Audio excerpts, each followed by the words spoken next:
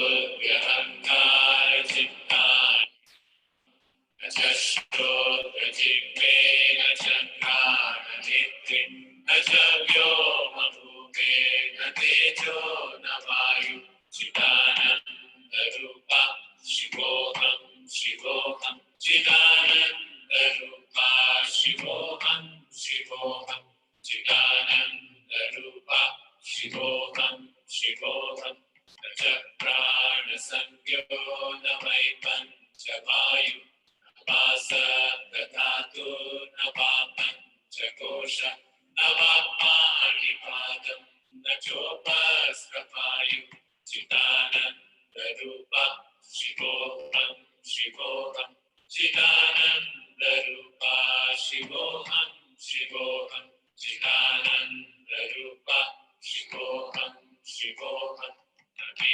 द्वेषरागो न मे लोभमोहौ मे भयमरोधैव मात्सर्यभावः न धर्मो न चार्थो न कामो न मोक्षः चिदानन्दरूपा शिवोऽहं शिवोऽहं चिदानन्दरूपा शिवोऽहं शिवोऽहं चिदानन्दरूपा शिवोऽहं शिवोऽहं न पुण्यं न पापं न सौख्यं न दुःखं न मन्त्रो न तीर्थं न वेदा न यज्ञः अहं भोजनं नैव भोज्यं न भोक्ता चिदानन्दरूपा शिवोऽहं शिवोऽहं चिदानन्दरूपा शिवोऽहं शिवोऽहं चिदानन्दरूपा शिवोऽहं शिवोऽहं न मे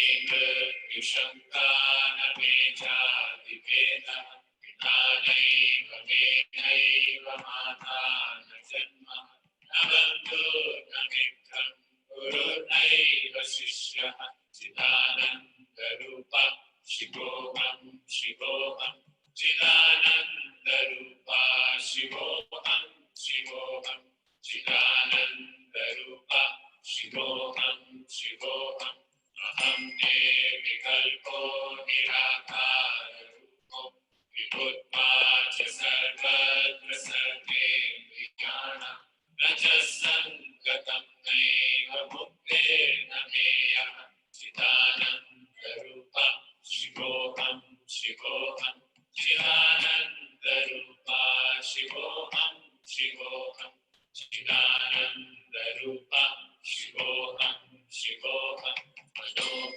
मनोबुद्ध्यहङ्कार चित्तानिनाहं न च श्रोत्रजिह्वे न च घ्राणनेत्रे न च व्योमभूमेर्न तेजो न वायुः चिदानन्दरूपा शिवोऽहं शिवोऽहं चिदानन्दरूपा शिवोऽहं शिवोऽहं चिदानन्दरूपा शिवोऽहं शिवोऽहं न च प्राणसंज्ञो न वै पञ्चवायुः न वा सप्तधातु न वा पञ्चकोश न वा पाणिपादं न चोपस्कपायुः चिदानन्दरूपा शिवोऽहं शिवोऽहं चिदानन्दरूपा शिवोऽहं शिवोऽहं चिदानन्दरूपा शिवोऽहं शिवोऽहं न मे द्वेषरागो न मे लोभमोहौ न मे मयिमतो नैव मात्सर्यभावः न धर्मो न चार्थो न कामो न मोक्षः चिदानन्दरूपा शिवोऽहं शिवोऽहं चिदानन्दरूपा शिवोऽहं शिवोऽहं चिदानन्दरूपा शिवोऽहं शिवोऽहं न पुण्यं न पापं न सौख्यं न दुःखं न मन्त्रो न तीर्थं न वेदा न यज्ञः अहं भोजनं नैव भोज्यं न भोक्ता चिदानन्दरूपा शिवोऽहं शिवोऽहं चिदानन्दरूपा शिवोऽहं शिवोऽहं चिदानन्दरूपा शिवोऽहं शिवोऽहं न मे मृत्युशङ्का न मे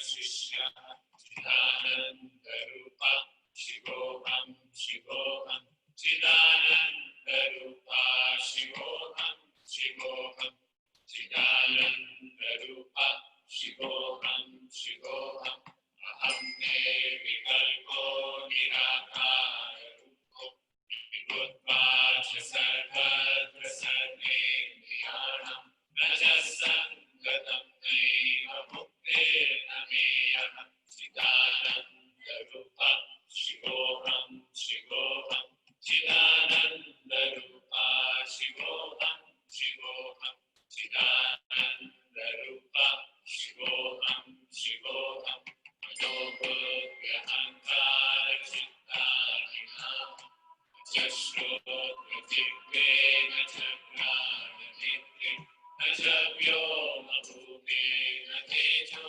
Namayu Chidanandarupa Shivoham Shivoham Chidanandarupa Shivoham Shivoham Chidanandarupa Shivoham Shivoham Chakrana Sangyo Navaitan Chavayu Vasartatu Navapan Chakosha Navaparivatam Nachopaskapayu Chidanandarupa Shivoham Shivoham Chidanandarupa Shivoham Shivoham Chidanandarupa Shivoham Shivoham Namedveshararo Namego Amoham Namedvai Madhodai Mamatsarya Bhava Nadharmo Nachato Nagamo Namoksha Chidanandarupa Shivoham Shivoham Chidanandarupa Shivoham Shivoham Chidanandarupa Shivoham Shivoham Punyam Nabhava Saukyam Nadukkam Namantro Natikam Navedana Aham Bhojanam Naiva Bhojyam Namokta Chidanandarupa Shivoham Shivoham Chidanandarupa Shivoham Shivoham Chidanandarupa Shivoham Shivoham Nega Vishankara Meja Vigeda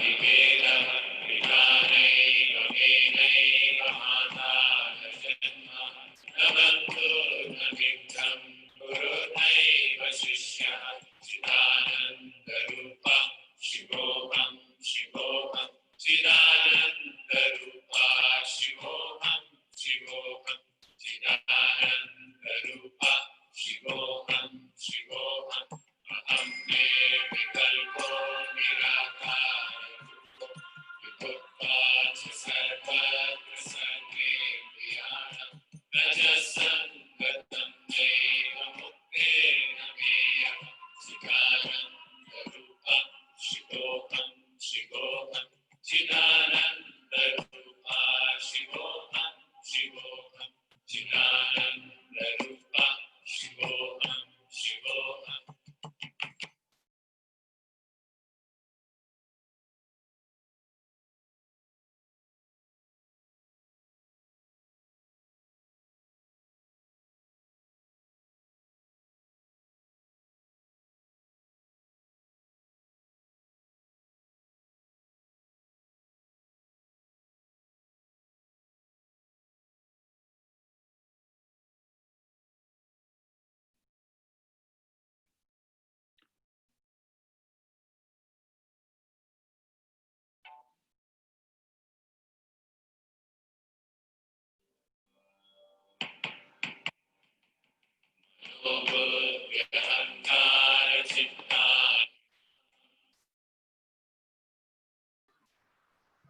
Good morning and a warm welcome to everyone for webinar series week 7 on fire safety security.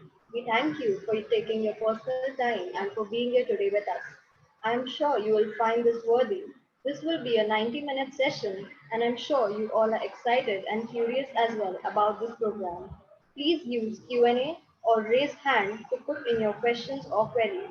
We have our group CEO, Mr. Hemant Kharse, who will lead this session. Let us begin the session by a small prayer. कुरुत्वं कल्याणम् आरोग्यं धनसम्पदः शुभं कुरुत्वं कल्याणम् आरोग्यं धनसम्पदः शत्रुबुद्धिविनाशाय दीपज्योतिर्नमोऽस्तुते दीपज्योतिर्नमोऽस्तुते शुभं कुरुत्वं कल्याणम् आरोग्यं धनसम्पदः शुभं कुरुत्वं कल्याणम् आरोग्यं धनसम्पदः. Good morning, everyone. Warm welcome and welcome back to the series that we started with 26 July. It's almost 6 weeks before that we started this series, and today is week 7. I'm really excited to be with you all here again every Sunday, and I can tell you it's a experience not only with me, but it's an experience with many of you that this Sunday it's really an awakening Sunday for most of you because of this series or connection that we have established every Sunday 11:30. So thank you so much for all your support and participation, making this webinar very fruitful and uh, purposeful. Let me just begin with small, I won't call a story, but just an experience of mine. Just last week, we finished our Ganpati festival at home, Gauri and Ganpati festival at home. And at my home, this has been almost since 1985 that we have been doing this celebration or puja at home since last almost more than 35 years.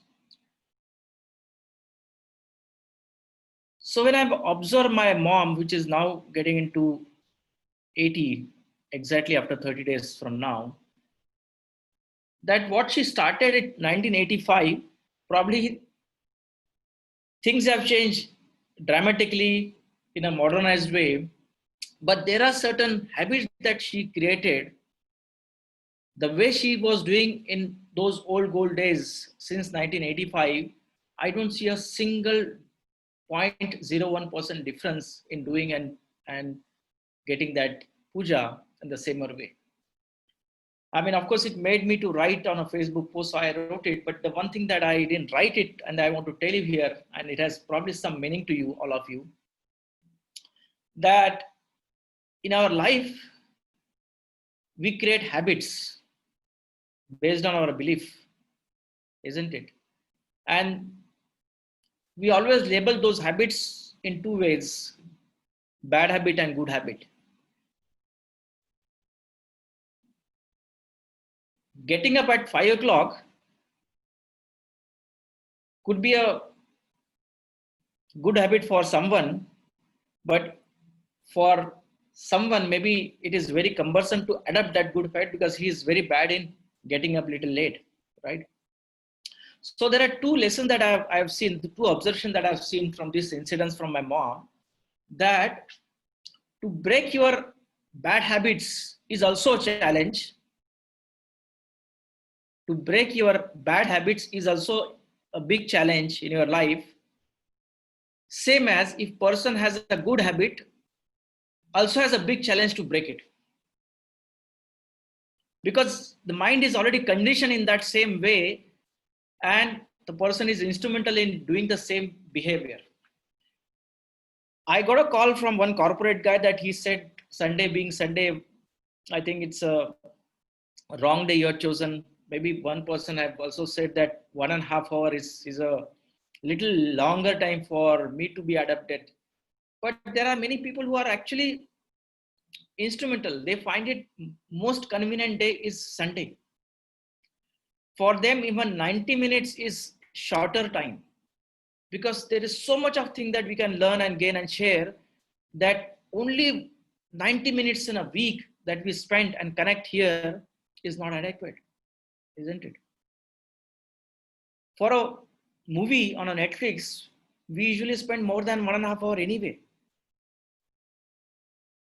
But it is just a habit that we have created of watching movies. It is just habit that we are not conversant with getting connected on learning something out of way. This is what exactly I mean. Mr. Lalit, if you are there, can you just raise hand? I want to unmute you. We have one person which I have never met. Only I keep seeing him attending this webinar right dot on time until national anthem. He is there with us. Not a single day he missed out. I request Mr. Lalit if you can say a few words. What's your experience so far? Yeah, very good morning, Mr. Hemant. Yeah, of course, we have not met so far, as you rightly said, and I cannot see the attendees or participants who are attending this webinar also. Maybe somewhere we met or may not met. Not a matter. They can recognize me or we can recognize each other by hearing the voice. So actually, Hemant, it is good opportunity that I got this your webinar series information, and I started since beginning last, as you said, last 6 weeks. I found it very suitable for fire safety and our corporate level and plant level, any organization. Why? Because your webinar one special. Am I loud enough? Yes, you are. Yeah. So what is the good thing? And usually I will compare with some other organization webinars also when we attended in the past time in this Corona lockdown period. So you almost on the touching all the basic requirement for that what the organization should have and must have. Until unless we people as a professional people, whether it will be a senior management level, middle management or workforce, we must stick to the our basic fundamental requirement, which will always be a concrete and milestone to set up the standard of the safety requirement. You mean to see fire safety requirement of the organization. Some of the other seminars are we were earlier also attending, and this lockdown also.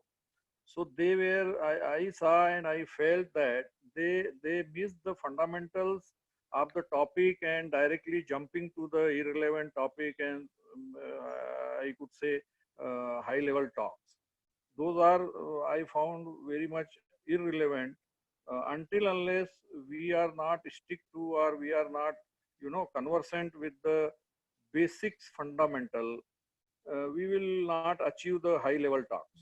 So that is was the beauty of your webinar I found and I experienced. You are always, always in each session, you are touching, discussing and reminding the basic fundamentals. That is very important for any session and you are following it. So that is what I am very much interested because entire 25 years of my experience, what I found is in various companies and earlier I was in public sector in Mumbai also I was working in ONGC Uran plant. It was a bigger high risk plant. So there also we succeeded and there are so many incidents we have encounter, but we stick to the basic fundamentals. So if we lose we don't know what is the basics of safety or fire safety, environment safety. So we cannot achieve the our target. So that what I felt very good in your webinar sessions. Now I would like to share last webinar, if if I am correct. You are correlated with inter department correlation and coordination to implement the best practices and standards in the organization. So you are correlated with security, maintenance department, and safety department. So this is very important, important factor, that is everyone should know. Whatever safety department or fire safety department making the rules, regulations, bylaws, or internal SOP and procedure, until unless our stakeholders are not taken into consideration, they are not mutually agreed to follow or to implement the things, inherent quality will not come in the organization. So whatever procedures we are developing, and though not 100%, they are not convinced, they are not, it is not feasible to them to adopt, then how can we achieve the safety standard at high level? It is impossible at all. So my experience is, whatever we are documented, whatever we are adopting the best practices as per international, national, by state government bylaws, it should be known to everyone. Knowledge should not be kept under the carpet within the safety department. If we are kept our knowledge within us, within our under the carpet, then it is not going to be a successful result. So that is what my experience is. What is the topics and what you are stick very much practical thing you are talking, and it is very much, I hope it will be very much used, and that it is very much basic fundamental since beginning. I was saying it, so that was very much good in your session. Thank you, sir, for your kind words. I really appreciate that.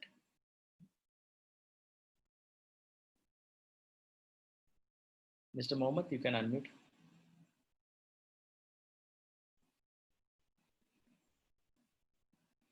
Mr. Mohammed, you raised the hand. You want to speak? Hey, how's it going? It's really good that you conduct this on weekly basis. I really appreciate that effort.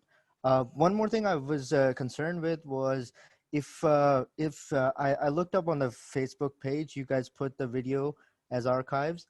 Is it possible you guys can arrange like minutes of the webinar afterwards and just attach it as a post or something?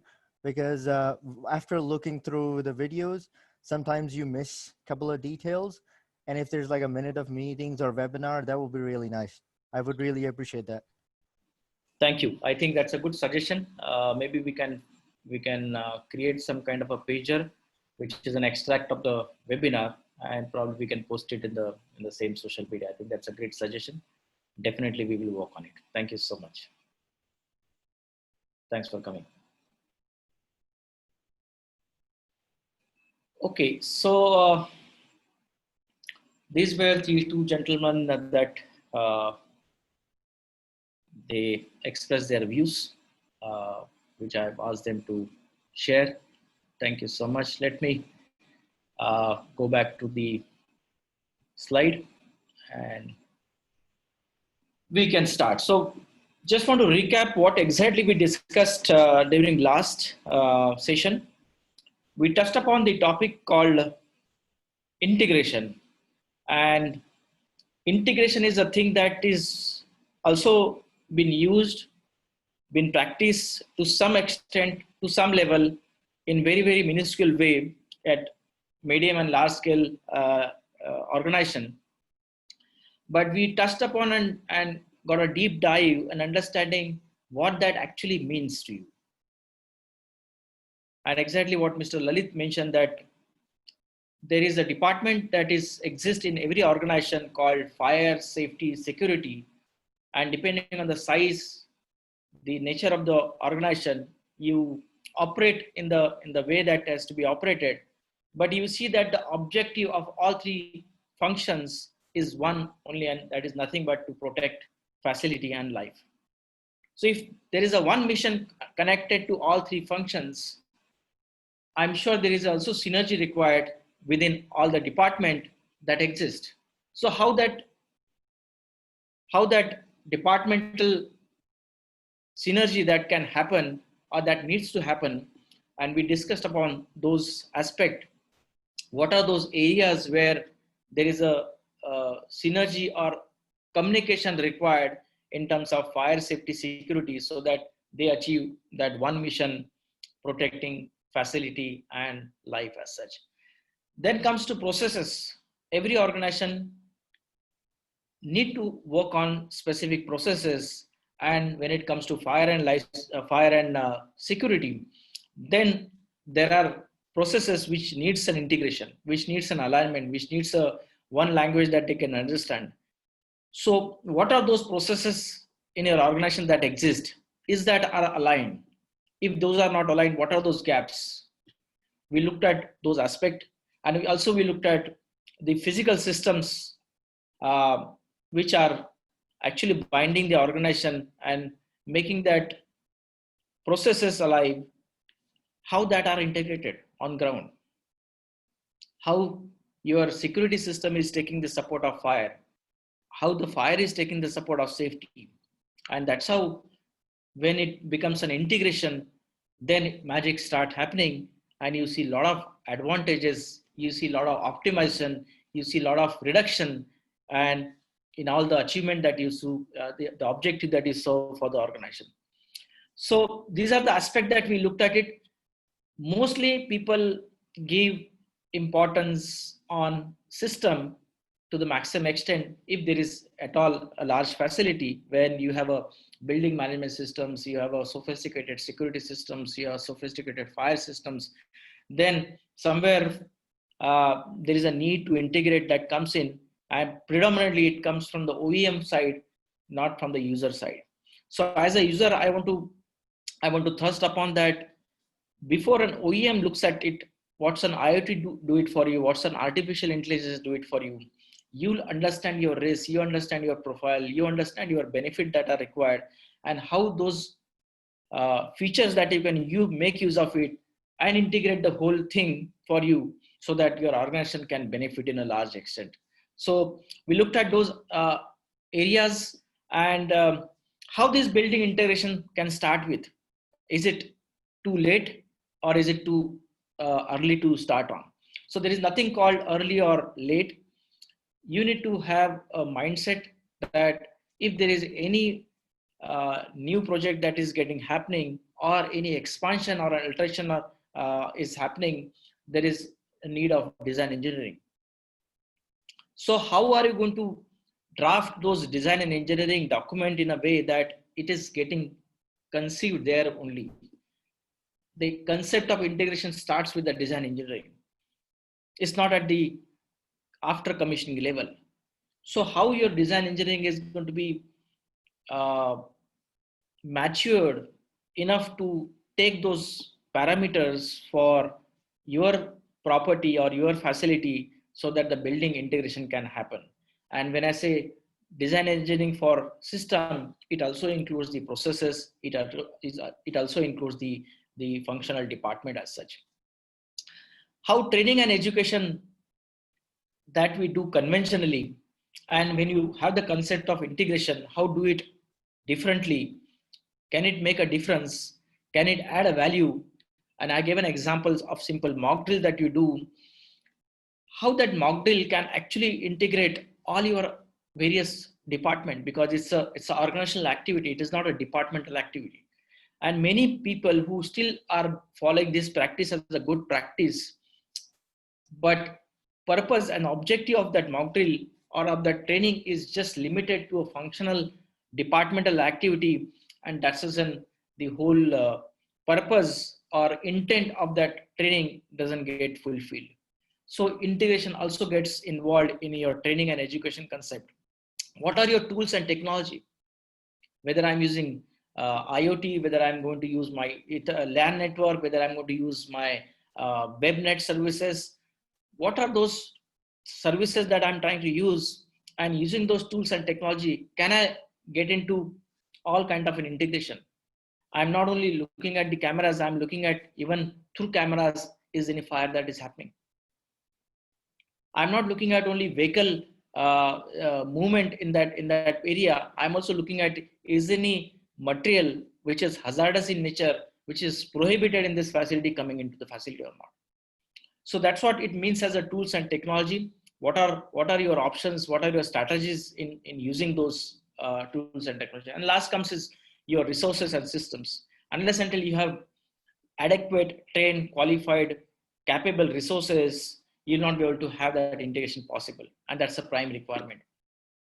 So you need to have a systems, you need to have your processes, at the same time, you need to have resources to do that integration, to execute that integration, and to fulfill that integration in your organization. So these are the 4 predominant parameters that we looked at it. And we also gave some of the introspective questions that we do it every week, so that when you leave this webinar, you go back to your workplace and start thinking and apply those learning that we do in your organization, because that's the whole takeaway of this webinar. It is not just a one way. It is that if you are able to apply even if one single point out of every webinar, I think that's what the purpose of this webinar is all about. Yeah. So we gave some of the questions here in terms of analyzing your organization. How are you able to understand this building integration? What are your existing building systems? Is it currently talking to each other? If you ask that question, you will start finding a lot of gaps. You'll start finding a lot of missing alignments, isn't it? What is my current organization structure? If it is too complex, is it still taking care of my integration of fire, safety, security? Where is the gap? Is the communication gap? Is the process gap? Is the system gap? What is it that real gap that actually matters in your organization? And can I bring it along during my safety committee meeting? Can I bring it along to my top management so that we understand this gap and we try to work on those gaps? What are my system leakages? Just because I don't have that integration, I am not able to monitor, I'm not able to control certain things when it comes to security, safety, or fire. So maybe is there any way that I can apply this integration? Maybe I can add some of the tool, some of the technique, some of the processes, some of the system in it, so that I will avoid those leakages and I'll be able to track and monitor those leakages in my organization. And what's my scope of reduction using that integration? Whether I'm able to save the response time of the first responder by using that integration. Whether I'm able to optimize my resources, whether I'm able to optimize my cost. So these are the questions that you have to ask yourself based on your risk profile and based on your process. And I'm sure these 4 questions are actually an awakening question. These are the direct questions that everyone, whosoever is responsible in the organization, have to ask, whether you are in fire department or security department, or you're a production head, or you're a director of the company, or you're a CEO of the company. If you love your workplace, these are the 4 awakening questions that will actually light on your mind. In fact, a couple of questions came to me offline, that what is the target audience for this webinar that you have been doing it? And my answer is very simple, and it's one: no matter whether it's large or big or small, doesn't matter whether it's industrial, commercial, doesn't matter whether it's a function that you are responsible, technical or non-technical, whether you're in fire safety or non-fire safety. My answer is very, very simple. If you love your workplace, come and join us this webinar. This is going to awaken your mind. Those who are in the mindset of loving their workplace from their heart, they care about their workplace and they want to work for that workplace which is going to make safer and secure. This is what is meant for. So we always make sure that at the end we leave some questions, awakening questions, that you can always look for those answers at your end and get it. In fact, anybody has any specific experience that you want to share on these questions that we asked every time, maybe I can unmute anyone if in case you want to talk about it.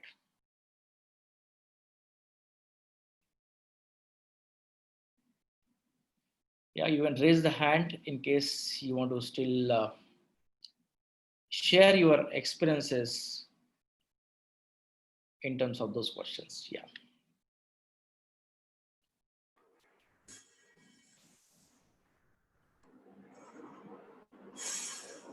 Yeah, Mr. Kal.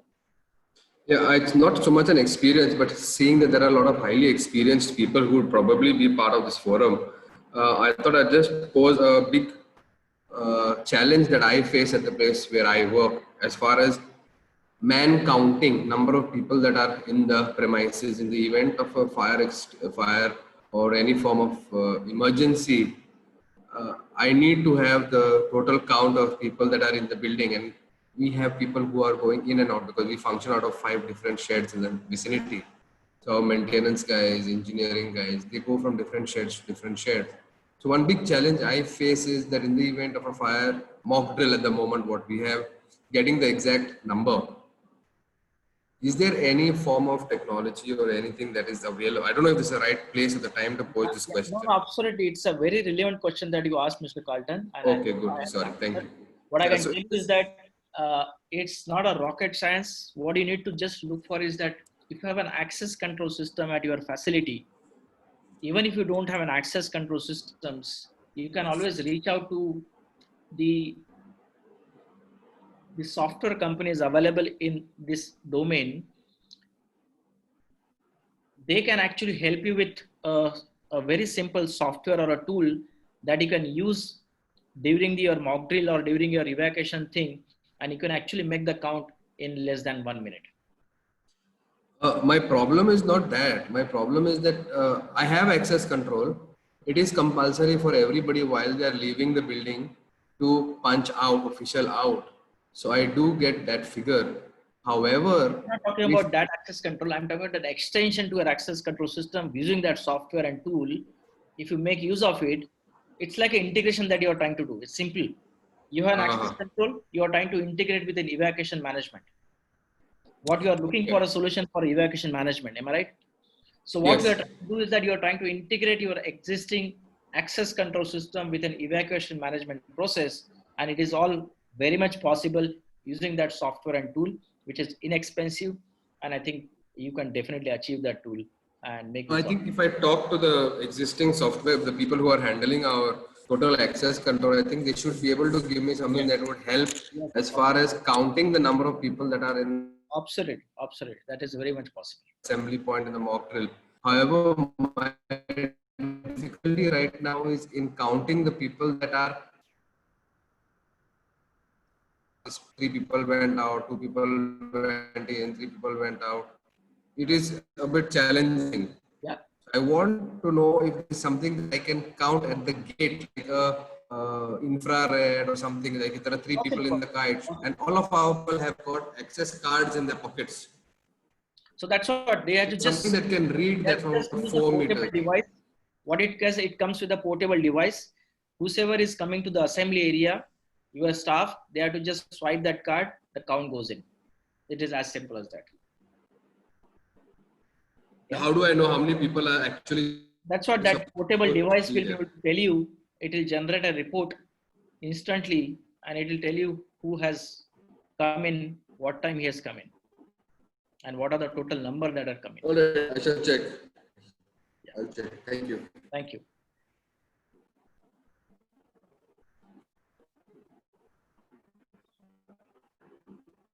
Yeah. Just a moment. You raise the hand. Can you unmute?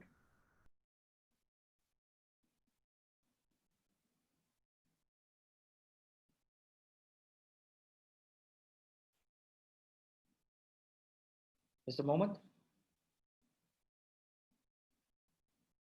Okay, by mistake. So I'm lowering the hand now. Mr. Deshmukh, you want to talk?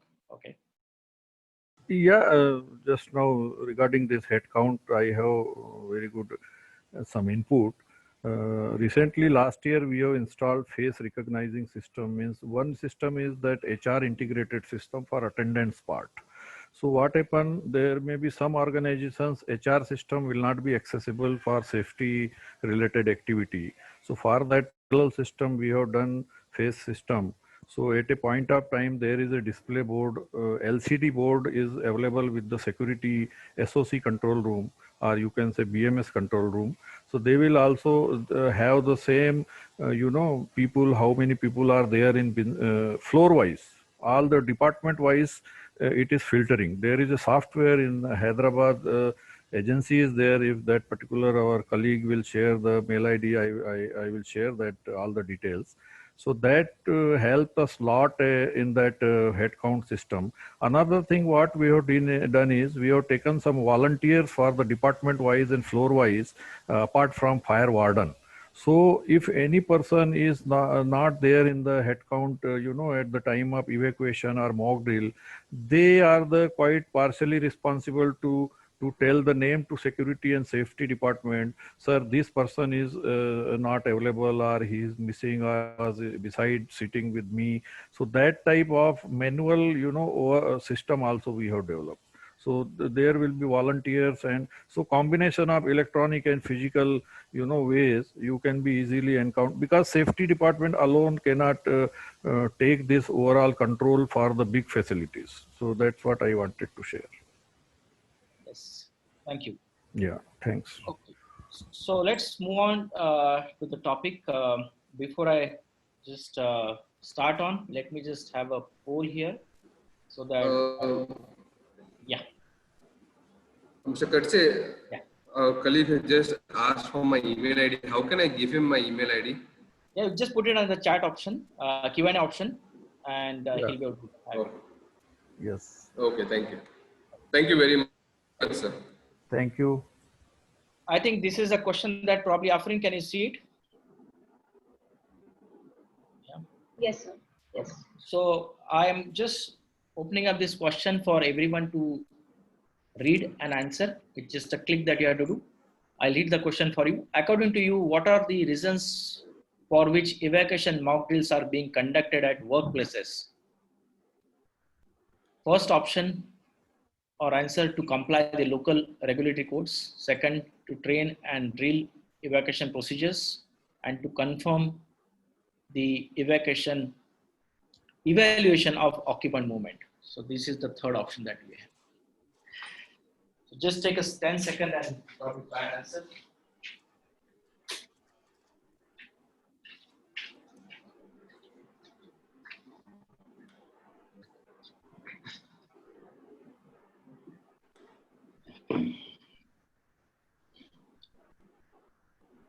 So we are all known about mock drill, and right now discussion fortunately happening towards mock drill only.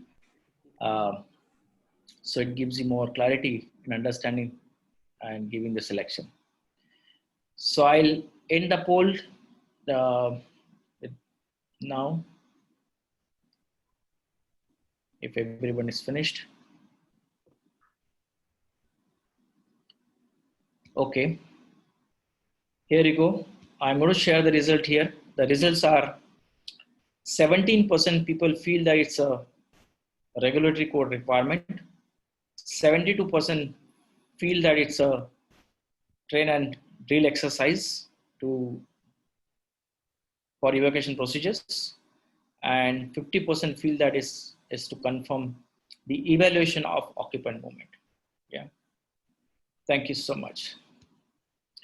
I will come back to you on this question, because today the topic that we have selected, or we are going to discuss, is all about the human behavior and how you can integrate human behavior into your design and engineering of the whole process of safety. Yeah. If you recall, we started 4 weeks before. I mean, we started in the beginning about understanding why, what, how the fire safety security is important for every facility. What could be your purpose? Why it is important for everyone to know about it. So we spent around 2 to 3 weeks and understanding that basic knowledge about fire safety security, then we moved upon the codes and standard. We looked at what is that codes and standard that are going to do your job on your facility, and what is the meaning of codes and standard. Is it same or is it different? Then we also extended that discussion to brand standard, how you can move from code standard mindset to a brand standard movement. What is that journey all about? What are the advantages? What are the benefits that every organization or any organization can get using the brand standard? And then last week we looked about the aspect that we include how, or we have to include into your process of design is your building system integration. And today we are going to talk about this as an extension to the topic that we discussed as building system integration with human factors. Now, if you look at it, the flow that we are doing right now in this all webinar series is currently we are in the era of design engineering. We moved from basic awareness or culture creation, creating a purpose in the organization, to a design engineering level. And this is a phase that every organization will go through or need to go through. And issue comes when you consider that this is an outsourced activity, or this is not my job, or this is not my role for getting involved into design engineering, and we leave it to the consultant or contractor to do the job, and that's how the gap exists or broadens. So when we look at the codes and standard, that's a basic fundamental pie of the design engineering of your organization when it comes to fire safety security. Then comes to the second parameter, which is called a performance-based design, and that is something that is not covered in your current codes and standard. So I will spend some time in the next session on performance-based design, but today I want to touch upon the interesting topic, which is human factors. There is no current fire protection standard that exists which takes this into consideration. There are no matured organizations that exist, at least in India, which actually do a lot of research and incorporates this factor into their design engineering practices. Because globally the research is on, people are still working on drafting new requirements, how we can factor this into your design so that your design becomes more effective. So I want to spend some time here today in just picking up your minds and understanding what is that human factor, how it can influence your design, why it is so important that you need to take not only on fire, but how it can give an implication to your entire organization as a safety or security. So we will spend a good amount of time today in understanding only one piece that is coming into the fire and life safety. So how your human factor actually can contribute in making your fire and life safety system prudent, more reliable, more operable, more efficient, more effective. And that's what we are going to have a deep dive. But intent of this discussion is not just looking at one parameter. The intent is to understand that this parameter is applicable in everywhere, not only in fire, in your process safety, in your construction safety, in your security for sure, because security is all about psychology. Yeah. Just to give you some of the awakening questions here or thoughts here, when you are conversant with a concept called travel distance, I'm sure you must have heard this in some of the codes and standard. Travel distance. Travel distance is the one that is stipulated in codes and standard. It is coming from the codes and standard that specifies specific distance for a person to travel from any corner of the building to the nearby exit or as a safe assembly area in case of any emergency. Now, those are the factor that has been given in codes and standard. It could be your local NBC or it could be NFPA, which is globally available. Now question comes in, when you see the travel distance as X, maybe 22.5 meter, do you expect that it will give you answer, a clear answer, that a person A will require few seconds or few minutes to travel that, and for him it's a safe. Person B will require few seconds and few minutes, and he will require to travel this much of distance. How it is going to be different? But rule is one. When we are having a one facility, we always gets a code compliance done or gets your design done, forming up that particular travel distance, say 45 meter in a sprinkler building for an office occupancy building. So now 45 meter, when it is been specified and it has been implemented for your office building, which is a high-rise building, sprinkler building, how it is going to be effective? Is it going to be effective for all the people to evacuate safely in that 45 meter span? I don't think so. Any code can give an answer. You have a lot of extinguishers in and around your facility. There is a local code which also talks about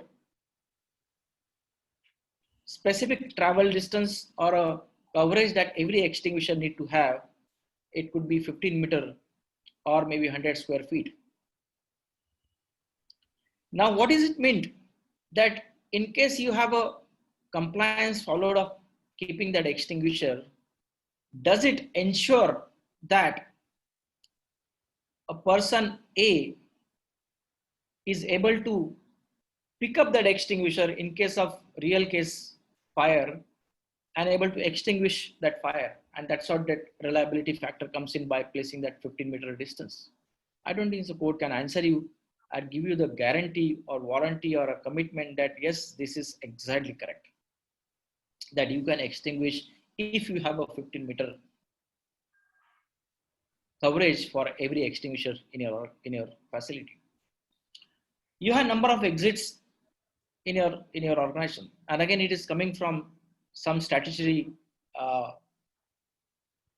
requirement that it will tell you that you need to have this kind of a number of fire exits for your building based on your occupancy load, based on your size, based on your height, and there is a table specific given in the code. But when it comes to emergency, that to a fire emergency, do you expect that if you have a fire exits which are 4 numbers and that is coming from some code, all 4 will be used, or maybe 3 which are safe in nature have been used by all the people?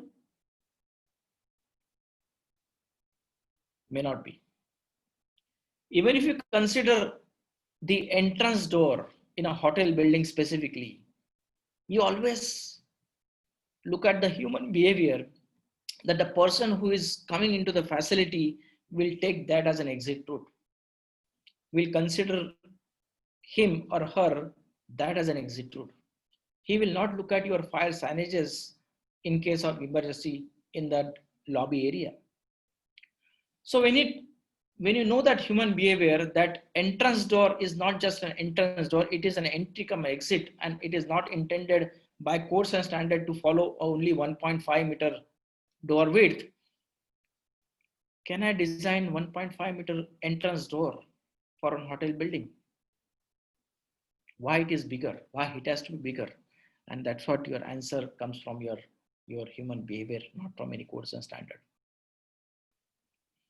So there is always aspect that you need to have, there is always an eye for every user that you need to understand that code is just a guideline. It's just a minimum criteria that you need to follow and look at it, but you need to go beyond. You need to always look at beyond what it is required. I will show you a very interesting video which understand the concept of human behavior, and I'm sure you will see that day in, day out, in and around in your facilities. This is not something new, but it's really, I think this is very important for everyone to know. People don't do what we expect them to do, especially in fires. what we're looking at is an off license. It's an ordinary day and the security camera is overlooking the shop itself. One customer leaves, another customer remains. Now this chap that's walking in is intent on thieving some sweets. The guy in the background has just picked up a piece of paper, ignited it, and throws it into that display by the shop window door. He runs off, and the idea is that the girl behind the counter will be pulled away to put the fire out, and the child nicks some sweets while she's doing it. However, it doesn't quite happen that way. And what's actually happening now is you can't see it, but that flame is beginning to grow in both the upper part of that display and the lower. This customer walks in and sees the fire on the display. What does she do about it? Nothing. The gang of kids that are waiting for the sweeties now do a runner, and you can see on the left-hand side where the flames are beginning to flicker on both the upper and lower levels of that display. Now, the gentleman is still seeing that particular flame glowing over there, but still has said nothing. He's standing in the queue, waiting to be served. And now he says he's beginning to grow. It's about time, excuse me, but the display's on fire. And the girl in front of him assists in that statement. So the girl goes off to get a fire extinguisher from behind the counter. Meanwhile, some kids who've got their mother with them gather at the front of the shop there to look at the fire. Absolutely oblivious of any danger. And so are the people in the shop who are still waiting to be served. The girl comes out with a carbon dioxide extinguisher. Another customer has just entered and says he wants to give a hand. If you look closely on the left-hand side, when she operates it, she fires it into her face. There she goes, fires it off into her face. See, there you go. He stands back, and so there's another boy that's coming. It's got nothing to do with what was going on with regards to theft, whilst the girl stands back with the fire extinguisher and fans the flames with it. Meanwhile, the children and the mother have left to stand outside the shop. Now, that's the only way in and the only way out of this shop, and the fire's beginning to grow. The girl behind the counter has now handed the carbon dioxide extinguisher over to another customer. The women have got worried by the smoke and the flame and have decided to leave. What has happened now is that the customer left with the fire extinguisher has disappeared. The boy was going to have a go, but he thinks that that's not right for him either. The other customer's been out the back of the shop, helped himself to 2 bottles of scotch, and walks out. It's round about this time that the temperature at head height is about 300 degrees centigrade, and the smoke is beginning to build such that you wouldn't be able to survive in this particular atmosphere. And just so that you understand the full gravity of the situation, those customers only just managed to get out the shop with seconds to spare. It's round about this time that survival in the shop would become negative. Okay, so this is what the video, which is actually a real-time example that you can see in and around in your society. I would ask questions. What is the learning curve here?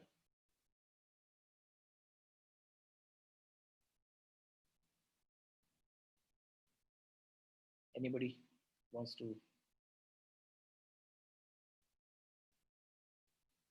raise the hand here? What is it that you are learning out of this incidents?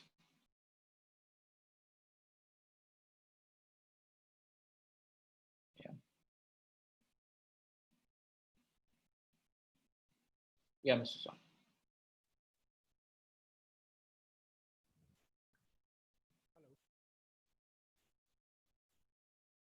Yeah, Mr. Song. Yeah, so actually with this, we can learn that we need to take action immediately once we get into this. So once we see the situation, we immediately need to take action, and we should not dependent on the incident should be reported immediately so that it can be taken care immediately. So let's focus on human behavior. Let's not focus what system they have, what system. Let's focus only on the human mindset right now for this point of discussion, because I want to know that element. And what you said is correct. People didn't react on time, right? People were just an observer. People were just coming in and out, including the shopkeeper. Including the sales girl. She didn't proactively looked at that fire, right? Anybody else? Thank you, John.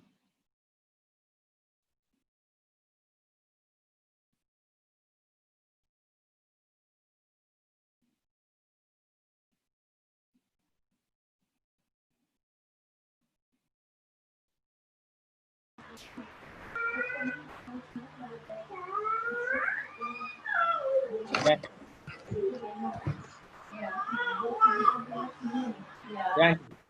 Yes, hello, good afternoon, everybody. Can you hear me? Yes, yes, we can. Yeah, I have watched this thing, and in my opinion, I feel that training is the most important thing. I have been to several places in the world. I have been in this as a trainer and visiting faculties. The last 45 years, I have been into fire, health, safety, environment, and security. But the main thing is, I have found that nations which educate their children from the primary education onwards are like in this video that you have showed. Yes, every second counts. The more time taken, more lives, more property, more environment is destroyed. So You said training is the one. besides the other things, training is the most important thing from the very beginning. If there was a person, if the people were trained, the first person seeing the fire would have gone and operated the fire extinguisher, whichever fire extinguisher was available at that time, at that point, and then made arrangements to sort of send an alarm to the emergency services, which will then attend to you later, you know. That's it. That's what I want to say. Thank you. What you said is training, but training is to whom? It is for customer or is it for the shop owner? No, I think we should start training our children, right? No. School. Let's not talk general. In this example, Yes. where is the training gap that you see? Training first, if it is the institution people, like the people who are there in the premises should have been trained. Okay. How to use a fire extinguisher. They should know the norms about fire evacuation, head count, everything. So these mock drills are very essential when you have a fire drill. I mean, when you have a emergency situation, may it be a fire, may it be an accident or whatever.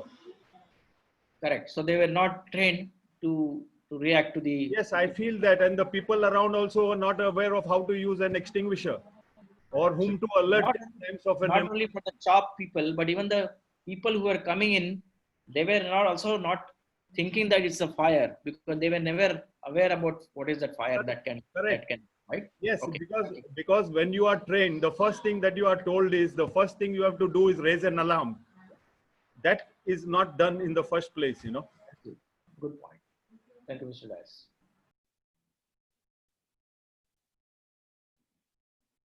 Yeah, just Hemanji, just my input will be in spite of generalize this one to be specific. What organization and we have done in earlier, we have defined the events in level 1, level 2, level 3, level 4 and level 5 emergencies, total 5 type of emergency. So what I saw in video is the level 1 type of emergency. So rightly said, gentlemen, earlier training, but to be more specific with the training, if our like that counter boy or girl will be involved in the specific action, if the level 1 emergency happens, then how to alert the visitors and how to take the immediate action. So those type of procedures should be developed in the organization. So what will be the role and responsibility to mitigate? Level 1 should not escalate to level 2. So how we have defined earlier is level 1 we call it there is no toxic release or there is no smoke or asphyxiation hazard, and simply it is a spark or fire. Then if it is not controlled, certainly it is going to be that emergency is going to be under level 2. Then in the level 2, there will be a lot of smoke and toxic gas and other things. Oxygen level will be depleted. So what are the action plans? Those specific, very specific procedure, and that to be part of the training. That's what I wanted to share my experience. Okay, thank you. So if you look at this incidence as an incidence, which is not so rare, and if you focus on human sentiment, that as an element itself, forget about all the gaps. Maybe there was no fire alarm, maybe it was a wrong extinguisher that was there, maybe people were not able to locate that extinguisher on time. These are all system gaps. Look at only the human sentiment. If you look at it, every person who is actually seeing that fire had a different perspective to looking at that fire, right? The first person that who looked at that fire, he thought that maybe it's not my shop. So why should I bother? Let that owner of that shop look after that. It's not my job. So that's the first sentiment, that the person who walked in the beginning and noticed that fire, he didn't have that feel that it is a real fire, it can damage, it needs to be killed. There was a shift in responsibility. Secondly, the second lady that who also looked at that as a fire at a little advanced stage also did not report, also did not felt urgency, did not act. She was just as passive looking at it, right? Or she maximally what she did that she reported, she transferred the responsibility to somebody else. So that is also a human behavior that you need to understand.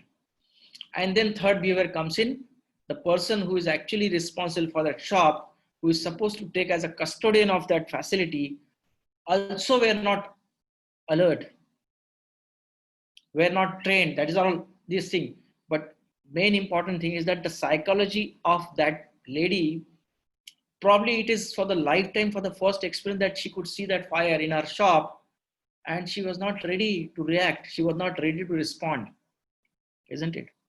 So all three things that you see, all three, customer or the owner, the main important aspect here is that how you look at that as a fire, and how you respond quickly is going to be the crux of the entire issue. And exactly that happens in our real cases, and we suffer just because of this incidents. People don't.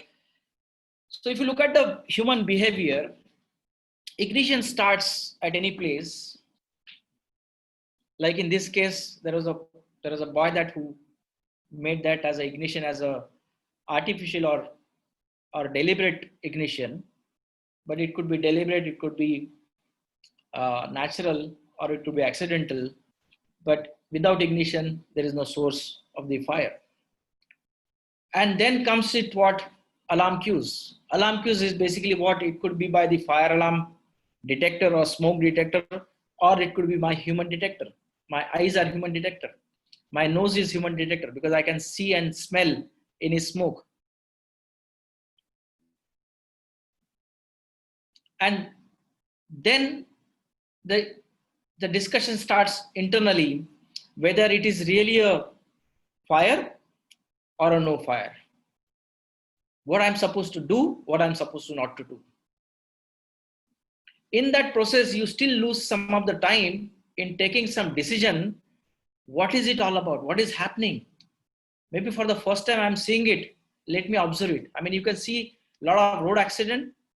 Yesterday only I saw that accident that had happened, which is not a busy street, but there were more observers than actually rescue people. Because people are more curious to know what is happening than actually reacting or responding. That's a gap that you always see in this whole evacuation process. And then comes in when the fire propagates to an advanced level, then people start preparing, protecting their either a facility by using extinguishers or their life. People who actually started quitting that shop is the process that starts protecting their life. So real evacuation starts when? After a pretty long time. Evacuation will take probably a minute, few seconds. But if you compare the amount of time that goes from ignition source to the evacuation process is enormous. And this is applicable to any facility, and that to a public facility is very common. In fact, there was a survey that 70% time actually, or more than 70% of the time people spend only in this first phase, ignition to the evacuation beginning. It's called pre-evacuation period, technically. So when you look at that as an issue because of the human sentiment, how are you addressing that in your design? That's a question. Are you taking that as a challenge in evacuation? Let's look at some of the other behaviors which are also common, and specifically offices building, high-rise offices building, these are very, very common. It could be an incident that happening, people were always curious what is happening. It's called information seeking behavior. Is it really fire? Alarm is ringing, I don't know. What is that alarm? So people are actually puzzled, people are really inquisitive and wasting their time in that pre-evacuation behavior. There's another behavior called interaction behavior with others. That means they start chatting with others. When the interaction begins, the movement begins, even during evacuation also, you are not focusing your life, you are actually trying to protect somebody else's life without indulging and taking care of your own safety. Or maybe you are waiting for somebody to join you. Maybe there is a queuing behavior. Let people come, let people gather, then only I start. There is another behavior which is risk taking, that he will start panicking and he will panic others. He will start jumping, he will start yelling, he will start this thing. So that's again a typical behavior that can happen. There could be a very serious behavior that will also come in the form of fire warden. When they are responsible, when they are trained, they know how to respond. They know how to interact. They know how to communicate. They know how to use the extinguishers. They know how to not to use extinguisher also. So when you look at all the human behavior in this emergency that happens, that could happen, it is the sentiment that has to be part of your whole design process. That has to be part of your egress design. As I mentioned to the door example, people, although you have a number of choices of fire exits that are available or that may be shown on the evacuation plan, but it is my human behavior. I will choose what others are actually following based on the availability of exits. Maybe I can see this exit. Let me try this. Maybe that exit is not safe, but I will still ignore that because that's nearby to me. I will try to follow some of the time shortcut also because somebody else is following. So there are a lot of predominant factor that goes in, and it is very important if you're a responsible person, and that too a fire warden. These are the sentiment that has to be inculcated, and it should be part of your training and education. We mostly get engaged in what? Doing conventional way of focusing what? That evacuation time, which is last leg, which is 30% of time. We miss out that first 70% of time. What is going there? What is going on the mind there? How do I address there? Is my system process available to shorten that time? There are certain behaviors that are also important that you should know as a user. Certain behavior always be a cause or prevention mind. They're always cautious about doing the things that they want to do because they have been trained, they have been part of the whole cycle that this is their responsibility at workplace. So that is a very, very strong behavior which has to be nurtured in the organization. But there could be another behavior that affects fire, like exactly the kid that we saw is igniting the fire, right? And that's what some human sentiment can happen in an organization also. We don't know their intent. We have no control on their intent. But are you in a position to control their intent or consequence of that intent? That's a question. So there could be behavior which will trigger the fire. There is also another behavior that increase or reduce the harm from fires. Both. Yeah. If you don't use that extinguisher rightly, and you have only one extinguisher, but just you have a risk taking ability, you will go in a heroic mood, take the extinguishers, use it in the air, and then what? You are actually increasing the risk rather than reducing the risk, because it's your behavior. Although you don't know how to operate extinguisher, it's just your behavior to go for a risk taking ability. You take out extinguisher from fire warden, used it voluntarily. Maybe that person was timid, you used it, but you didn't use it effectively, and that's your behavior issue. So you have to look at all this sentiment when it comes to organization. And it's a very complex. The more you go in detail, you will see it's really making sense to go into the depth and look and work on it. It's not just your human mind, even building characters that exist also makes an impact on your human mind. Look at the Taj Bombay Hotel, heritage property. I don't know whether you could be there, not in the lobby on the guest floor area, go to a basement area and then find out what's happening there.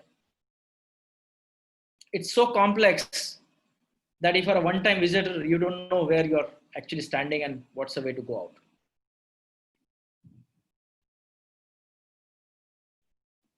So how are you going to manage that kind of evacuation when the building's characters itself is so complex because of the dimension, because of the geometry, because of the heritage in nature, because of the complexity, because of the size.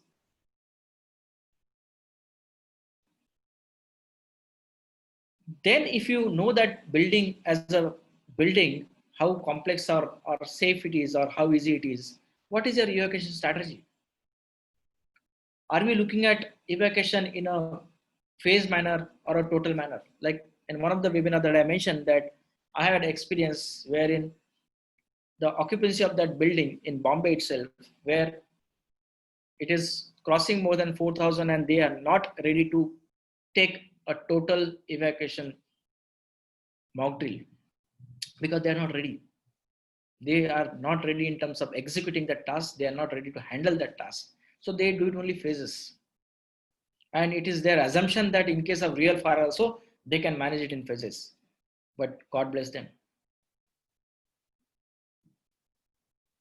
So what is your training evacuation, not training, it's evacuation strategy. What is the occupant characteristics that you see exist? What are the decision-making ability of people to respond to the fire, to their movement, using the staircases, not to use elevators? So predominantly there are 4 factors. Building characteristics is 1. Evacuation strategy is number 2. There is also, you need to take into consideration what is my occupant characteristics, who is existing in my premises.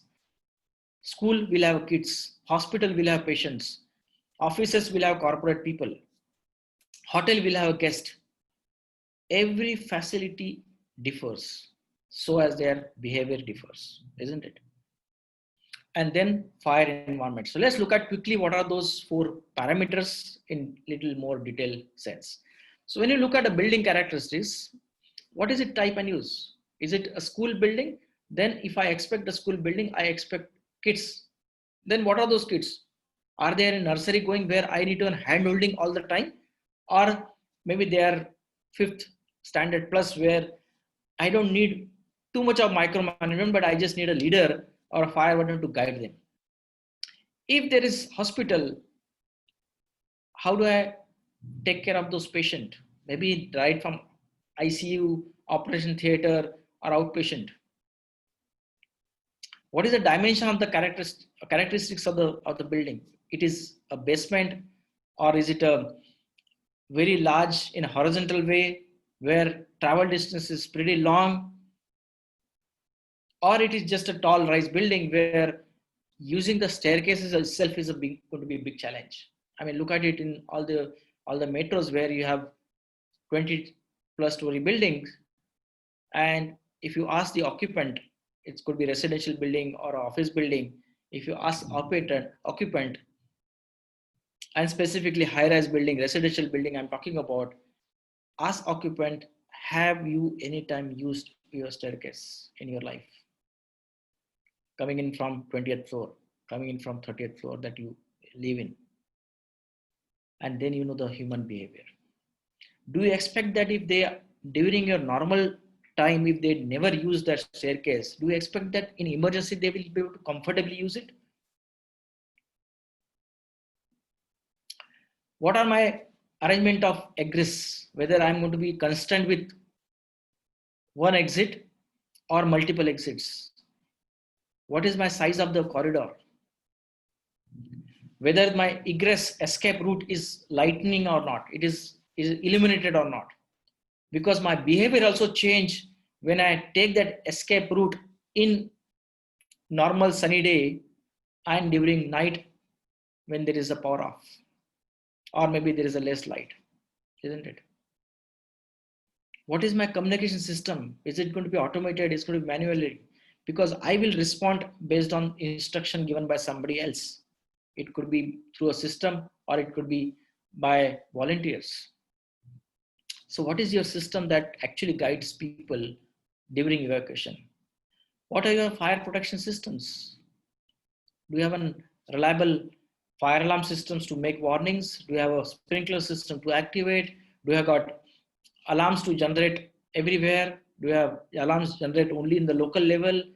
What is it that you have? Maybe in the hotel you have a guest room where a detector is actually fitted with a sounder base, and that's a requirement. Why it is there? Because you expect in a deep sleep, a guest, hotel guest, don't expect that in a corridor, if you have a sounder, will be heard to him. So there is a necessity that you need to have a sounder based detector in the guest room. And this is what it means. What is my system? Do I have my systems to take care of that, my building structure? Evacuation strategy. Is my system allowing only phase-wise or a stage-wise evacuation? If so, how efficient it is? What is my sequence? If there is a fire in any other floor, will my instruction to go in for the upper floor or will my instruction to go to the lower floors below the fire? Am I doing it rigorously in my Mocktail or not? Is the occupant inside the facility also aware that this is applicable to them?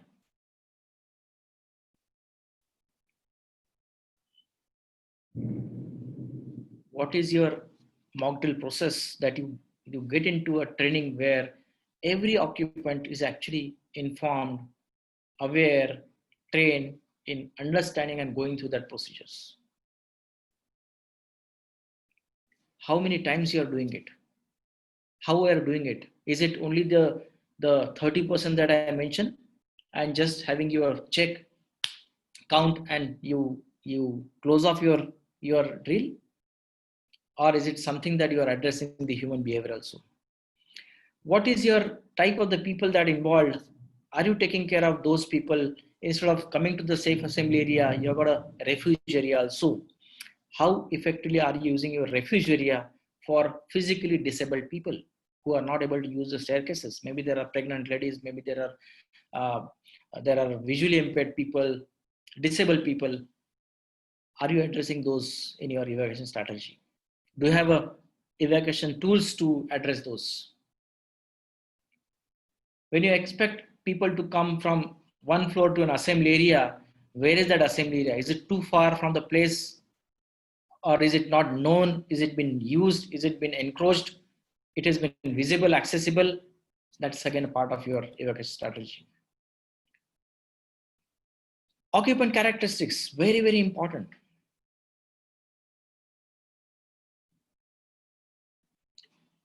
When you have a specific building and when you expect them to respond in case of real emergency, how familiar they are.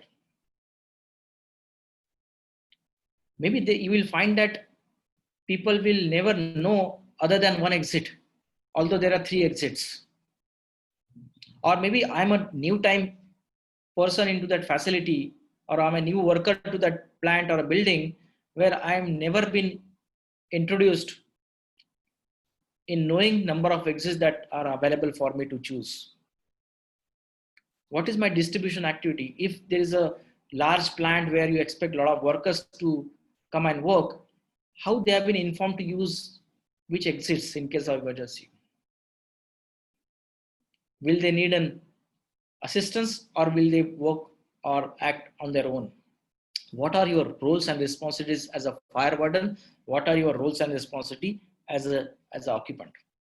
Have you defined that? Have you validated that? What is your mixed culture? Whether you have a male and female, we have a male and senior citizen, whether you have male and kids, female and kids, what's that mix that are available in your facility? How many are actually heart patients? How many are asthma patients? How many are diabetic patients? In fact, the point that I have not highlighted here is that there are many pets exist. And I got a call from Mr. Shirke, who is a good friend of mine, and he said, can you address that issue? I know he's not there today probably, but he said to me, I remember, he said there are pets, and that too in a large quantity, maybe 4 numbers. They also are expected to use staircases. They also expected to use staircases along with their pets. How do you expect other occupant behavior in case of pet evacuating along with you? How do you can't expect pet to behave the way you behave, right? But then have you addressed that issue? If you know that pet exists, have you informed specifically that person who is actually involved in managing those pets? Do you have something specific kit available so that it can protect from barking or biting? Yeah.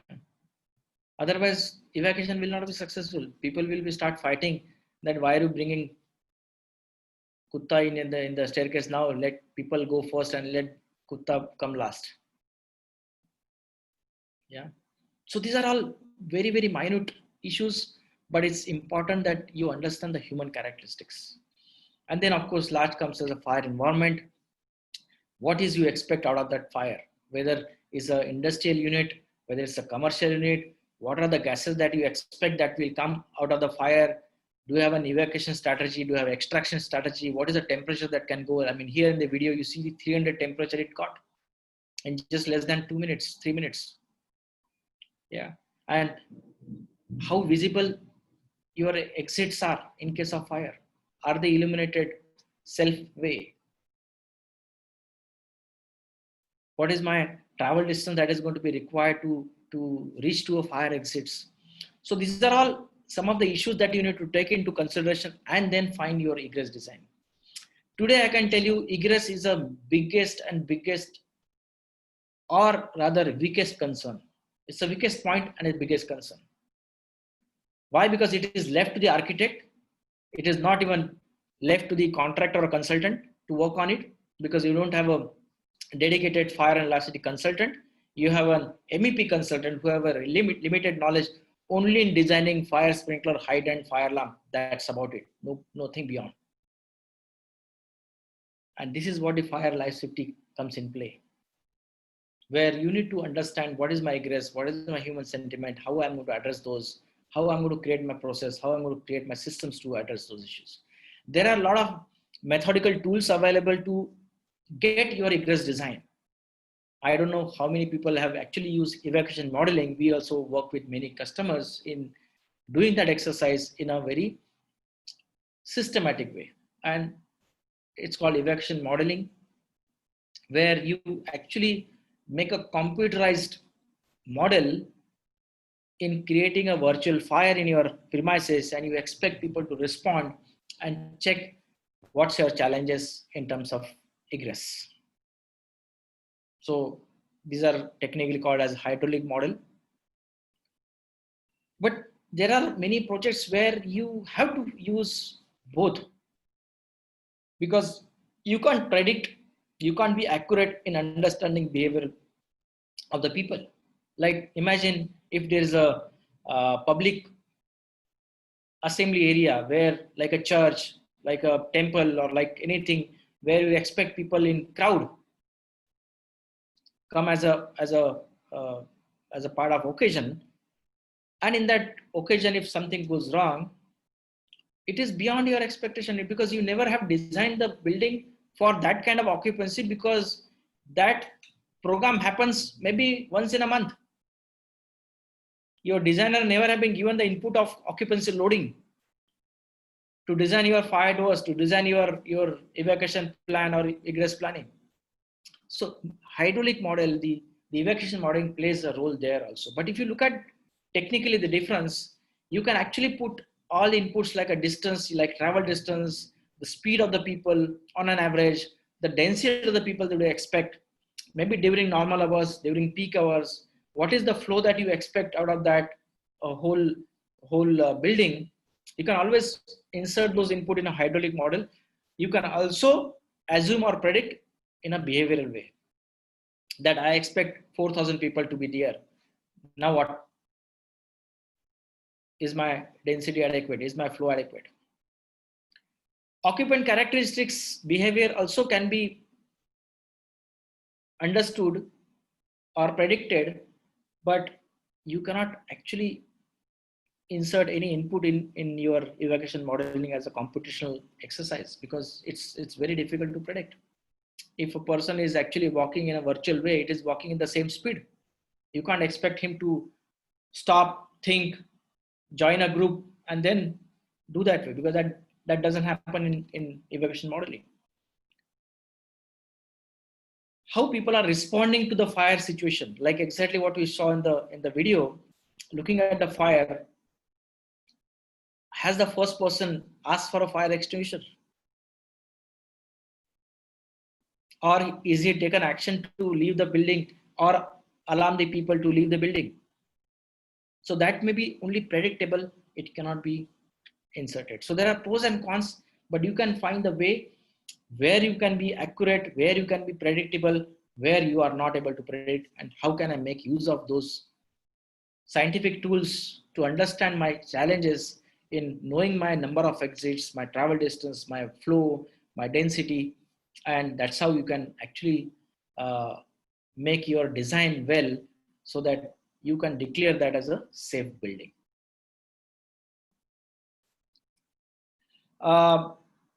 Any questions so far before we get into a case study, which I want to talk about case study here, but I want to understand if in case anybody has any questions so far, so that I don't miss out anything.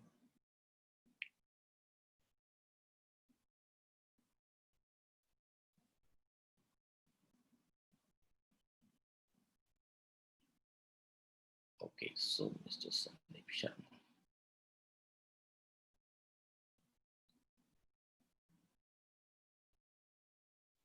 Yeah, Mr. Sharma.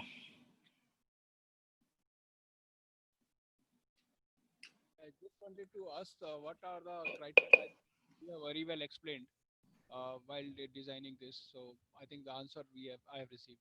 Thank you very Okay. much. Thank you. Anybody has any questions till now? We can look at it.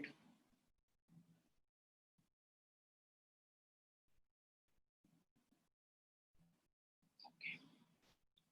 If there are no questions, then I will move on.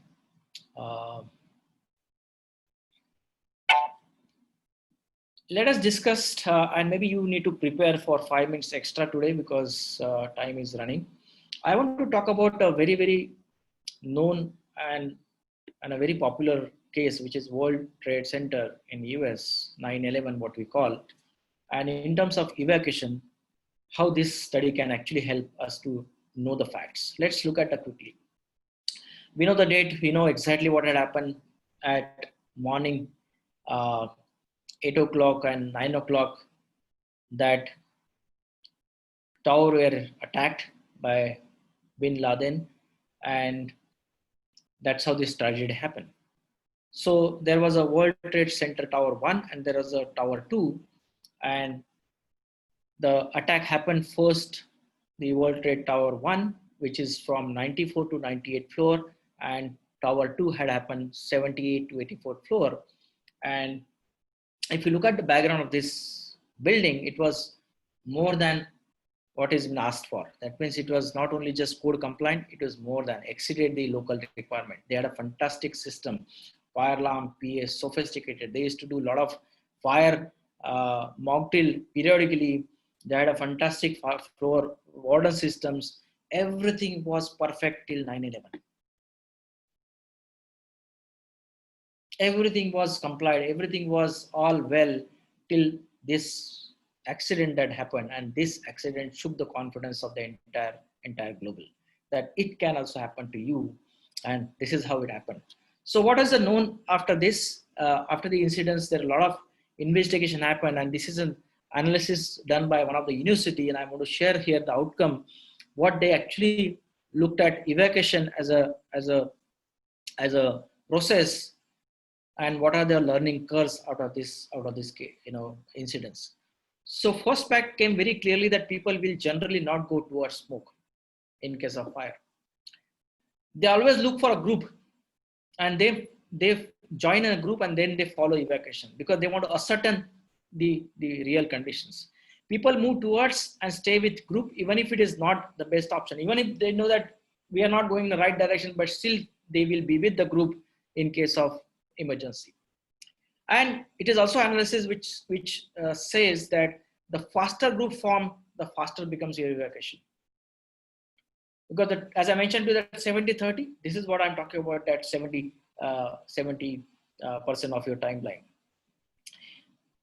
Individual and group panic depend on several key factors, because not necessarily that it becomes a group. If suppose there is somebody who is really timid, somebody is not mentally strong, maybe he will have panic scenario, but maybe some people may not. So it all differs in the group itself. Information serves as a motivator. So any information that pops in at that right time, at that critical time, actually becomes a motivator factor, because then people become more stronger and they go for it. Leadership is a very, very important. And when it comes to evacuation, and that's how the concept of fire warden came in here, because they are the one who actually guide the people, and people want to follow the leader. Both for shaping group behaviors and for guidance, that's what it actually means. Familiarity helps people group to form and minimize the panic. So those people who are conversant of the building, or people who are actually in the same organization, can actually form the group, and they can start, and they can, instead of going into the panic, they know how to react because they have been using that exits more frequently. So these are some of the facts that are gathered. But let us look at what are the health status, or what are the data that has been picked up post this scenario. And when I say post scenario, that means the people who actually were evacuated during this event successfully, and they took the interview of those people, and this is what the data comes in from those evacuated people. There are a lot of people with existing medical limited conditions, disabilities. So 23% people were actually not medically fit. They had respiratory problems, which is almost 28%. Some of them had mobility issue. They had some of the mental health issues problem also, because in US it's very, very common, but may not be that so common in India. Heart conditions, now diabetes is growing, so as in India, and heart is definitely going to be the cause and concern. So there were 16% were actually people with a heart conditions, concerns. General medicine, 7%, one digit figure. So these are all some of the common element that you see. Smokers, 19% people were smokers. Okay. So now if you look at all these numbers, you see that 29% of those with a disability or medical condition said that disability affected their ability to walk down. So the gist here is that you can't expect a same behavior from person A to person B, despite the age, sex, and age. It's basically the medical history also matters a lot when it comes to the evacuation.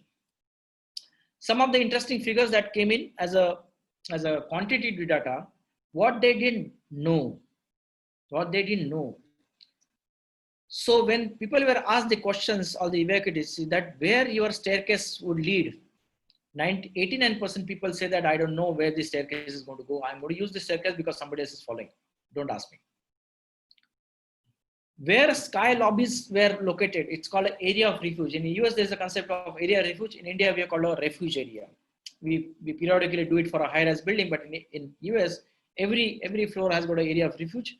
But then that is an area of safety where people expected to use in case you are not able to use staircases. So where people conversant, 73% people were not conversant about area of refuge.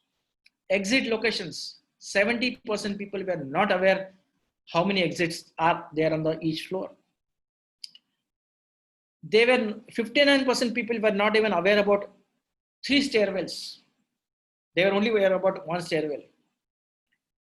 51% people, doors on certain floors were locked. I mean, that's what they also realized, that doors on certain floors were locked. That's what their assumption. Because of the access control, because of the not to use, because of security issues, because of many things. They consider that it is always locked. I am not supposed to use it. Thought roof might be means of escape. They assume that 26% people consider that maybe I need to go up rather than going down. And what that roof means, 25% people even, they didn't know what this people are talking about roof. I don't know what they're talking about. Yeah. Some of the quantitative data in terms of familiarity of the building, 56% people were somewhat familiar, not very familiar, somewhat familiar. Look at the quantum. 22% people slightly or not at all familiar. 22%. Look at the numbers. 50% people did not know enough about the building to leave on their own. They were expected somebody to guide them. They were expected somebody to confirm that I need to evacuate. And then only I evacuate. Look at that 70-30 ratio. Yeah, so 50% people expected somebody to guide them. 27% had evacuated the building at least once, and that will happen only in the mock drill. So look at the success ratio of a mock drill, which happens periodically on paper. Every time they do it religiously, but look at the effective ratio here. 27% only had evacuated the building at least once. Okay, using the staircase. 16% reluctant to evacuate because of multiple obvious human behavior, nothing else. It could be that casual approach. It could be that nothing happened to me. It could be that everything went well. Maybe I'm safer here rather than going out. So there are a lot of concerns, human behavior attached to it, and 16 people were registered in evacuation. Another, some of the quantity data. 28% reported having a person with disability on their floor. 11% said a plan for evacuation for person with disabilities was in place. Only 11%. Although you have a nice evacuation plan posted on every floor, showing your number of exits, showing number of extinguishers, MCP, everything was there, but 11% people only were aware about it, about the disability, wheelchair. Okay, 10% said co-workers were assigned to assist person with disabilities. Although when you say that fire warden practice was there on every floor, that means what? It is assigned.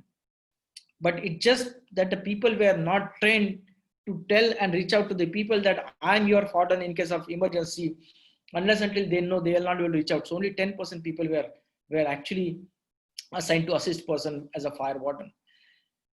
8% said there was a special equipment for evacuation person with, although maybe there was a wheelchair available, there were special tools available to evacuate it, but it was knowledge gap, it was awareness gap, it was training gap, that only 8% could make use of it.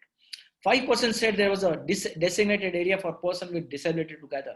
So as I mentioned, to area of refuge, only 5% people were aware that there is an area called area of refuge, which I'm supposed to use it because I'm disabled. Another interesting fact, let's look at it quickly. 94% people had never exited the building as a part of drill. Look at the numbers. And that too in a size of the building, which is 90 plus, 70 plus story building. Anyway, that human sentiment is going to be common. It's not going to be rare. And I'm sure you will relate to your type of occupancy that you live, specifically in a metro cities and a high-rise building, that you are not so common. But then are you addressing that issue? 84% people reported no plans regarding where to gather after evacuating. Maybe nobody had looked at the evacuation plan, which is shown as assembly area. They don't know what is mean by assembly area. They don't know what is the mean of refuge area. It has never been communicated as a part of mock drill. No plans for a head count. We are discussing that head count issue, which is great. But again, that's important.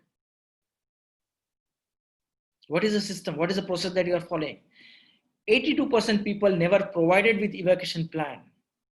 Maybe you just left it as a sticker on the floor, but it was never communicated. It was never given as awareness to the people living on that floor. 81% people had participated in fire drills, but these only 11% had ever entered in the stairwell. Yeah, maybe they are using elevator or they are using something else, which is not supposed to be the case in mock drill. 74% people were never provided with written fire safety instruction. What is my SOP? What is my role? What I'm supposed to do? Maybe somebody's at a distance educating me or training me about my SOPs, but I'm ignorant because I may be concerned that this will not happen to me. Is it something coming to me as an individual? So why should I be bothered about it? 33% people were not familiar with who was in charge, who was the fire warden, where to follow, who is my leader, whether I should follow this or that. Maybe everybody is giving me instructions to go this way, to go that way, where to follow, who is my fire warden, how do I recognize him as a fire warden? Is there any color, is there any dress code, is there any communication that is I'm able to recognize him as a leader? What are the delays reasons? Let us look at it. What are the delays activities? Once they decided to leave, but before they began to gathering items. Yeah. Seeking out co-workers. Maybe I am coming, but I don't know, my colleague is not there. Searching for others. I don't know, he should come. Why is he there? Let me go. I'm making a call that, okay, there is a fire, I'm going. Don't worry, be safe. Okay, where are you, man? Okay, come, I'm in this staircase too. We are indulging in phone calls. I'm doing important work. I'm on con call. Let me finish that, save it, and then maybe I join the evacuation process. Let me shut down. Let me save the document. That's more critical than my life. When I'm in the lobby, where should I go? This way or that way? Who else are following which way? So let me understand. Let me confirm. Gathering safety equipment. We are not able to find out the right tools, evacuation tool, chair, breathing mask, or maybe anything that is part of your plan, evacuation plan. We are not able to locate it in quickly. Changing shoes. Maybe there are people who are there in outside world, there are, which is common in India, also very common. When they come at workplace, they remove the shoes, they wear slippers as a comfort try. But again, in that process, what will happen? In evacuation, they have to change their shoes. At a very macro level, look at the numbers. Trying to obtain permission to leave. I mean, my boss, whether it's going or not, I'm going, but let my boss say that I should go. Or let fire warden say that I need to go. Okay, so I'm dependent on somebody else. Very important data that has come in here again in terms of what is that triggering point? What is that triggering point for evacuation? What is that triggering point for me to make me run? And 42% people were actually dependent on face-to-face communication. Although you have a sophisticated PA announcement that is happening automatically, manually, only 12% people were dependent on it. But 42% people believe what you are saying, what I'm supposed to do. And then rest follow: telephone, cell phone, television, radio, BlackBerry. Of course, at that time, Facebook, Twitter was not that common, but today WhatsApp, social media is very common. You can actually tweet with a photograph quickly than actually doing more evacuation process or aiding people. That's an addition now. but at that time, unfortunately, it was not there. So if you look at crux here, people will still not believe on the systems. People will still believe on what person to whom you are actually following that as a risk. Injuries that had happened for those people who actually evacuated when they reached to assembly area, some of the environmental conditions that also led to some injuries. There are some structural damage because people were jumping here and there, so something got broken. Difficulty in following stairway route. Inadequate training, because that was again critical factor, because what? Mock drill was not conducted the way it has to be conducted. So they don't know how to actually evacuate safely and with a calmness. Lack of emergency preparedness. People were not ready. People are not educated. People are not given an SOP. They were not aware about exits. Those people who are actually indulging on phone calls, checking with others, land up in injuries because their focus and attention was what? On phone calls, not actually on the staircase. Multiple source of communication, panic. All 4 or 5 people are talking. I'm puzzled, and in that process, I'm injured. Changing shoes, again, it could be resulting because I changed my shoes, but I didn't wear them less properly, and because of that, I fell down. Small reason, but important to know. Any questions till now? We are actually on the time, but over time rather. But in case you have any questions, or maybe we can take the questions later on. But I just want to ask you: is there any specific questions on the case study learning? Best way is that we can pick up the learning in the next session, and then we can continue on performance-based design, because that's another third ingredient which, as a user, you should know, and you should put that as an ingredient in your design philosophy. But whole intent, what I wanted to bring it to here is that do not just leave it to codes and standard. Do not even leave it to the performance-based standard. Look at your human sentiment of your own property, and then design your entire fire safety security strategy.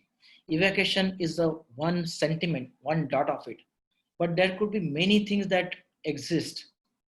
Your fire alarm response, your people movement, your uses of bollard. Okay, when it comes to security, your DFMD, your X-ray, these are all your human sentiment. So when you are installing a system, make sure that you look at this aspect well and then make use of it effectively. So whole intent what was to bring this value and understanding and have this out of the box thinking when you are responsible to protect your life and facility, and you are responsible in fire safety. You can always put any questions that you may have on the Q&A box. In case, we will definitely try and answer in the mail or maybe in the next session. I think the time is up. I really thank you so much for your time given on the Sunday. I'm sure it is valued to everyone here. It will help somewhere at some stage in doing your profession better. So let's stand for the national anthem and conclude today's session. I will ask the questions. Maybe these are the questions that I want to ask you, but you can just take a clip of it in case you want to have, and we'll address it in the next session. So thank you so much. Let's stand for the national anthem.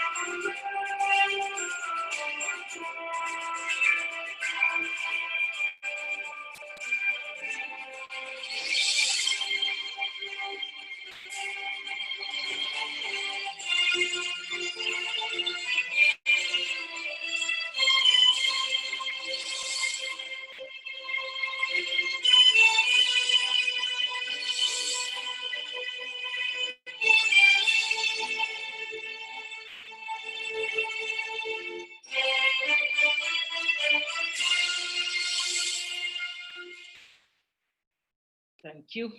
So see you in the next week at 11:30. Spread the word. Take 2 extra more persons when you bring in next time. Thank you so much. Have a nice day.